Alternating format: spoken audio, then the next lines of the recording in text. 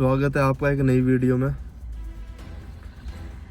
चाहे वो सद्दाम हुसैन हो, मोहम्मद गद्दाफी हो, अरब हो, अतुल्ला खामनी हो, इनका खात्मा हो गया, लेकिन इस रीजन में पीस, अमन, शांति बहुत मुश्किल है। हम डिकोड करने की कोशिश करते हैं। कल से आज तक अमेरिका, इजराइल और ईरान के बीच जो हुआ और जो हो रहा है उसे पूरी दुनिया देख रही है। ईरान पर हमला हुआ, सुप्रीम लीडर को मार दिया गया, दुनिया में ठहराया गया कि ईरान न्यूक्लियर बम बना रहा है। पिछले 30 साल से इजराइल ये कह रहा है कि ईरान न्यूक्लियर बनाने के चंद दूर है। पिछले 30 साल से इजराइल यही कह रहा है। सिर्फ और सिर्फ इजराइल ये कह रहा है कि ईरान के पास अगर न्यूक्लियर बम हुआ तो कोई भी मिडिल ईस्ट का देश सुरक्षित नहीं रहेगा। बताओ। और 30 साल का गुब्बार इजराइल का और अमेरिका का अब निकला हुआ है। आप ये जान के हैरान रह जाएंगे, जो अमेरिका, बात है 1960 के दशक की, जब अमेरिका ने ईरान को परमाणु रिएक्टर गिफ्ट किया था, जिसका नाम रखा गया था तेहरान रिसर्च रिएक्ट, जिस ईरान को आज वो पूरी दुनिया में खतरा कहता है। कभी उसको ही अपना अमेरिका ईरान को सबसे अच्छा दोस्त और सरगना बताता था। आज यूएस जिस ईरानी तेल को ग्लोबल सिक्योरिटी का दुश्मन बताता है, कल उसी तेल को एक ज़माने में अमेरिका के लिए ताकत और मिलिट्री की ताकत था। अमेरिका के लिए 1970 के दौर में अमेरिका ने ईरान को आइलैंड ऑफ स्टेबिलिटी कहा था, जबकि उस दौर में आसपास के पूरे इलाके में हालात बेकाबू थे। वो दौर ऐसा था, ईरान सबसे ज़्यादा हथियार खरीदता था उस दौर में। यहाँ तक कि अमेरिकी राष्ट्रपति तक शाही हुक्मरानों को बिना किसी शर्त के सपोर्ट किया करते थे, वहाँ की गवर्नमेंट को सपोर्ट किया करते। फिर ऐसा क्या हुआ, दो मुल्क कभी दोस्त थे, अमेरिका और ईरान, और आज वो कट्टर दुश्मन बन गए। ऐसा क्या हुआ? तो हेट रिलेशन के बारे में ईरान और अमेरिका के, आपको ये बहुत सालों पहला है। आप समझना, ध्यान से सुनना मेरी बात। 1953 में अमेरिका और ईरान की दुश्मनी का पहला बीज पड़ा, जब CIA ब्रिटेन के साथ मिलकर ईरान में तख्ता पलट करवा दिया। ईरान के चुने हुए वहाँ के आवाम ने इंतखाब किया था, जिनका मोहम्मद मुसद्दिक को गद्दी से हटाकर अमेरिका ने ईरान की सत्ता पे शाह रजा पहलवी को बिठा दिया, उन्हें सौंप दी सत्ता। ये पहला मौका था जब अमेरिका ने अमन के दौर में किसी दूसरे मुल्क में तख्ता पलट गया था। ये पहली बार था। ईरान का जो चुने हुए आवाम ने इंतखाब किया था, जिनका, उन्हें हटा के, मोहम्मद मुसद्दिक को गद्दी से हटा के अमेरिका ने ईरान की सत्ता शाह रजा पहलवी को सौंप दी। ये पहला मौका था अमेरिका ने जब ऐसा कोई काम किया था। अमन के दौर में किसी दूसरे मुल्क में तख्ता पलट किया, ये अमेरिका का पहला मौका था। फिर उनकी ये पॉलिसी बन गई। आज हम ये भी जानने की कोशिश करेंगे कि अमेरिका की दोहरी पॉलिसी कैसे सामने आई। साथ ही ईरान और अमेरिका के रिश्ते ऐसे खराब हुए और यू टर्न लिया उन्होंने। 1950 के दशक में वर्ल्ड वॉर 2 खत्म हुई। तब टाइम जिसके पास तेल है उसके पास पावर है। ऑयल मतलब पावर। दूसरी, nuclear weapons equal to protection. जिसके पास न्यूक्लियर हथियार हैं वही अमन के उसूल तय करेगा। उस टाइम की ये पॉलिसी चल रही थी। चीन, फ्रांस, UK और अमेरिका सब ने एक के बाद एक न्यूक्लियर टेस्ट किए, खुद को एक सम्मन परमाणु ताकत घोषित कर दिया। अब इस रेस में एक तरफ था रूस, जिसके पास अपना तेल भी था, हथियार भी था, आधुनिक सब कुछ था। दूसरी तरफ अमेरिका, ब्रिटेन, जो पूरी दुनिया में तेल ढूंढने में लगे हुए थे। यहीं पर इस थ्रिलर में एंट्री होती है ईरान की। US को ईरान में अपने 2 फायदे नजर आए। ईरान US को 2 ऐसी चीज़ें दे सकता था। उस पहला था तेल, और जिससे US की फैक्ट्रियाँ और आर्मी चल सकती थी। दूसरा, अमेरिका को यह डर था, अगर जल्दी उसने कुछ नहीं किया तो ईरान के तेल को रशिया कब्जा कर लेगा। अमेरिका ने ईरान को अपना सबसे करीबी दोस्त बना लिया। ईरान में वेस्टर्न कपड़े पहने जाने लगे, हॉलीवुड फिल्में देखी जाने लगी, हॉलीवुड थिएटर्स हो गए। कहाँ पे? ईरान में। और पूरा माहौल ऐसा लगता था जैसे अमेरिकन सिटी हो। इतना वेस्टर्न कल्चर वहाँ पे आ गया था ईरान में। सब कुछ बहुत बढ़िया चल रहा था। इस दोस्ती की डील भी साफ थी। ईरान यूएस को देगा सस्ता तेल, बदले में अमेरिका देगा कैश, हथियार और न्यूक्लियर टेक्नोलॉजी जो ईरान को चाहिए थी। यहाँ यूएस का भी फायदा हो रहा था और ईरान का भी, दोनों आपस में बढ़िया चल रहे थे। और जब न्यूक्लियर टेक्नोलॉजी ईरान को अमेरिका ने खुद दी थी, तो वही अमेरिका आज खुद क्यों खिलाफ है, क्यों घबरा रहा है वो इतना? इस सवाल के जवाब के लिए हमें ईरान के उस दौर में चलना होगा जब ईरान का समाज बटा हुआ था, डिवाइडेड था।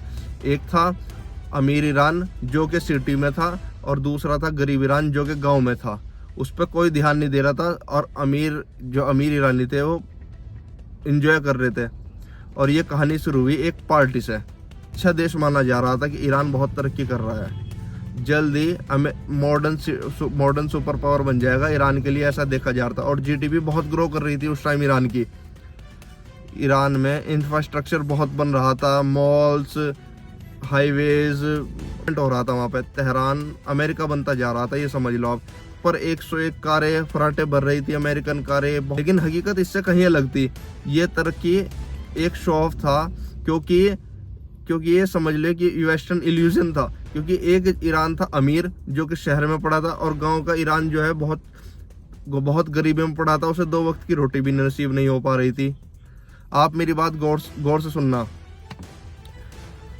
और जहाँ के ईरान का एक तबका पार्टी कर रहा था, पैसे की ऐश कर रहा था, और दूसरा तबका गांव में रोटी के लिए भी भूखा था, परेशान था। 2 रोटी की भी उसका हिसाब नहीं था। महंगाई आसमान पे थी, अनएम्प्लॉयमेंट भी चरम पर था उस टाइम में ईरान में। जो तेल से कमाई हो रही थी ईरान की, वो वेस्टर्न कंपनियों की जेब में जा रही थी। फिर 1971 में एक ऐसी तारीख आई जिसने ईरान की तारीख पलट दी। शाह ऑफ ईरान ने एक पार्टी ऑर्गेनाइज की जिसे कहा गया द पार्टी ऑफ सेंचुरी। ये इतिहास की सबसे महंगी पार्टी थी आज तक की भी। ऐसी पार्टी जिसे दुनिया ने इससे पहले कभी नहीं देखा था।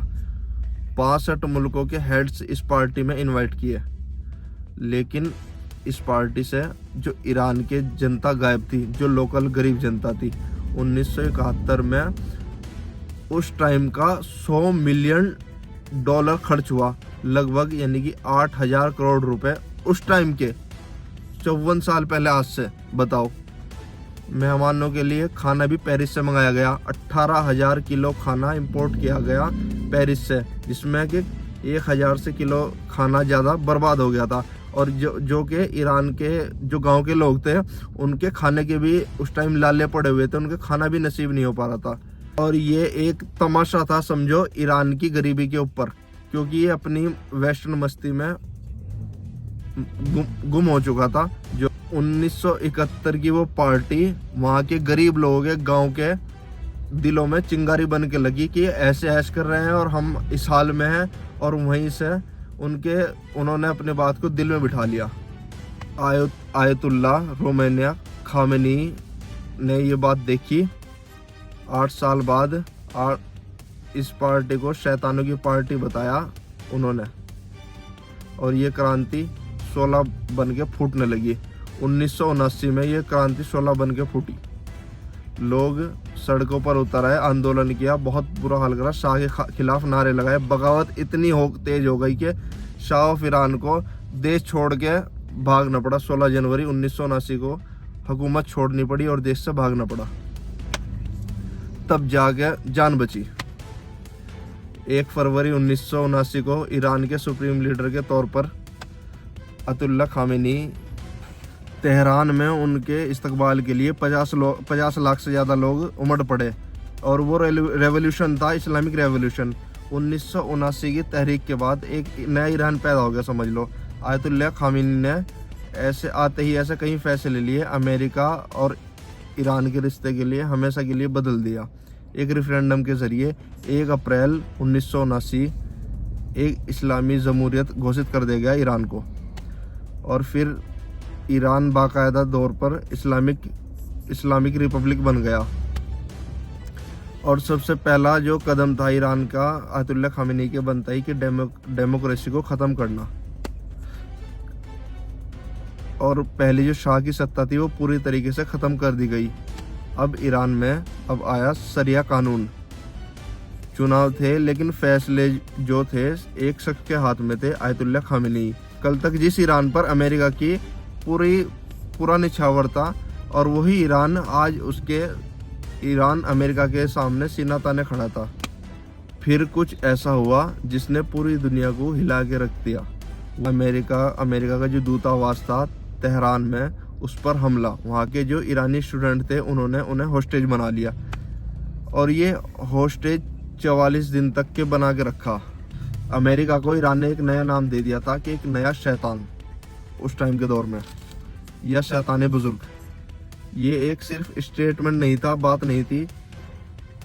अब ये ईरान का अमेरिका दुश्मन नंबर 1 बन चुका था, और वही दुश्मनी आज तक के ईरान और अमेरिका रिलेशनशिप खत्म हो चुका उनका, और वो आज तक के उस दुश्मनी की आग में दोनों झुलस रहे हैं। इस बीच आए सद्दाम हुसैन इराक में, और इराक में ही आयतुल्ला खामेनी को बहुत अच्छे तरीके से माना जाता था। इस बीच ईरान में आए इनकलाब और तख्ता पलट से इराक के राष्ट्रपति सद्दाम हुसैन को भी अपने खिलाफ बगावत होने का डर सताने लगा। उन्हें लगा जो अमेरिका चाहता था ईरान में, उसके बरखिलाफ हुआ। ये चिंगारी इराक में ना लग जाए, या वहाँ तक ना पहुँच जाए। इराक में भी आयतुल्ला खामेनी को बड़ी तादाद में माना जाता था, वहाँ बहुत समर्थक थे उनके। सद्दाम की हुकूमत ने उसके खिलाफ एक बगावत छेड़ दी खामेनी के।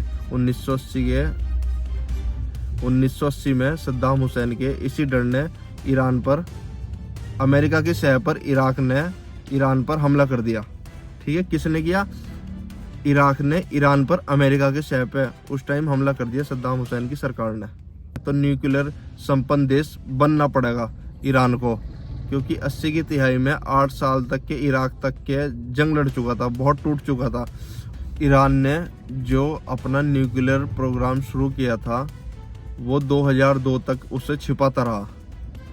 इधर अमेरिका का भी इस इलाके में भी इक्वेशन बदला, और बहुत से बदलाव देखने को मिले उस समय पर। अमेरिका सद्दाम हुसैन को सपोर्ट करना बंद कर दिया, और इराक पे हमले की तैयारी भी शुरू कर दी। किसने? अमेरिका ने। उसके बाद ईरान में न्यूक्लियर की जब तेजी बढ़ने लगी तो अमेरिका ने सैंक्शन लगाने शुरू कर दिए। किस पर? ईरान पर। उसके बाद सैंक्शन का दौर समझो शुरू हो गया। अब अमेरिका ईरान का खुला दुश्मन हो चुका था, बिल्कुल कट्टर। 1995 से लेकर 2010 तक अमेरिका और यूएन ने पर इतने सैंक्शन लगा दिए कि वहाँ की महंगाई जो है 40% से ऊपर चली गई। कहाँ की? ईरान की। ईरान ना तेल बेच सकता था किसी को, ना ज़रूरी सामान मंगवा सकता था। लेकिन 2013 में हसन रूहानी फिर से चुने गए। कहाँ पे? ईरान में। प्रेसिडेंट ओबामा आए अमेरिका में, और उनका आपस में कोई समझौता हुआ। इसे बड़ी सियासी कामयाबी माना गया ईरान के लिए। इस बीच अमेरिका में चुनाव हो गए और ट्रम्प की सत्ता आ गई। कहाँ पे? अमेरिका में।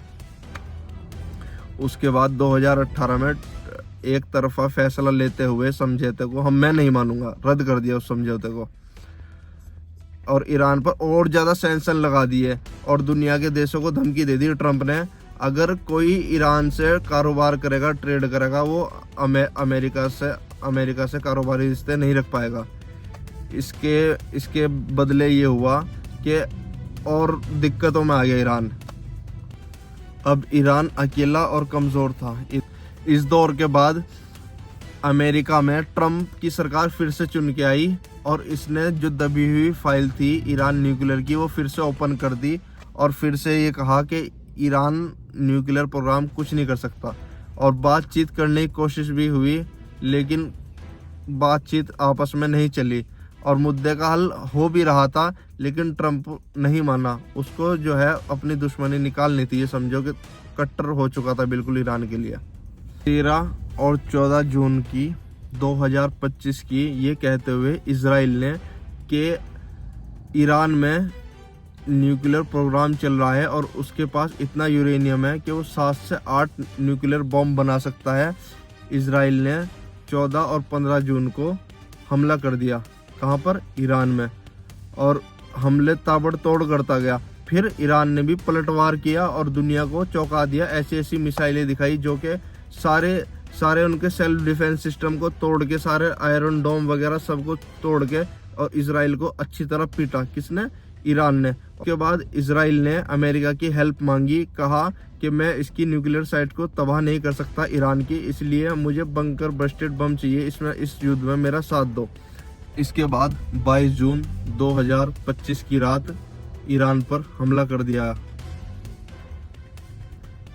और बहुत खतरनाक हमला उस टाइम था। ईरान के बाद कतर में मौजूद जो बेस था वहां से हमला किया गया, तो ईरान ने पलटवार में कतर बेस पर उस टाइम भी हमला किया। कई घंटों बाद उसके बाद अमेरिका ने इजराइल और ईरान के बीच सीज फायर का ऐलान कर दिया। जब उस टाइम इन्होंने न्यूक्लियर साइट तबाह कर दी थी ईरान की, तो आज हमला क्यों किया गया बताओ? आज हमला इसलिए किया गया, मकसद साफ था अमेरिका का कि ईरान की रिजीम चेंज करनी, वहां की सरकार को गिराना और अपना बंदा बिठाना जो कि उनके हिसाब से चल सके अमेरिका के। अमेरिका आजकल यही करता आ रहा है। उस टाइम भी नेतन्याहू ने कहा कि अगर, मैं कोड कर रहा हूँ बयान नेतन्याहू का, अगर आप सद्दाम हुसैन को इराक से बाहर निकाल लेते हो तो यहाँ पे शांति हो जाएगी। और उसके बाद पूरी दुनिया ने देखा कि इराक पर कैसे अमेरिका ने हमला किया और वहाँ पे अपनी सत्ता बैठाई, वहाँ की रिजीम चेंज कर कर अपनी सत्ता बैठा के वहाँ को चलाया। और उसके बाद आपने देखा सद्दाम हुसैन को वहाँ से भागना पड़ा और उसके बाद अमेरिका उसे अपनी जेल ले गया और आपने देखा कैसे वहाँ पे बेगुनाह इंसान को फांसी लगा दी गई। और ऐसे ही आज खामेनी को अमेरिका ने मार दिया, अमेरिका और इजराइल ने मिलकर आज मार दिया। और जो कि नेतन्याहू ये कहता है कि ईरान जो है सारे खाड़ी देशों का दुश्मन है। अब ये बताओ असली दुश्मन कौन है, आप खुद बताओ।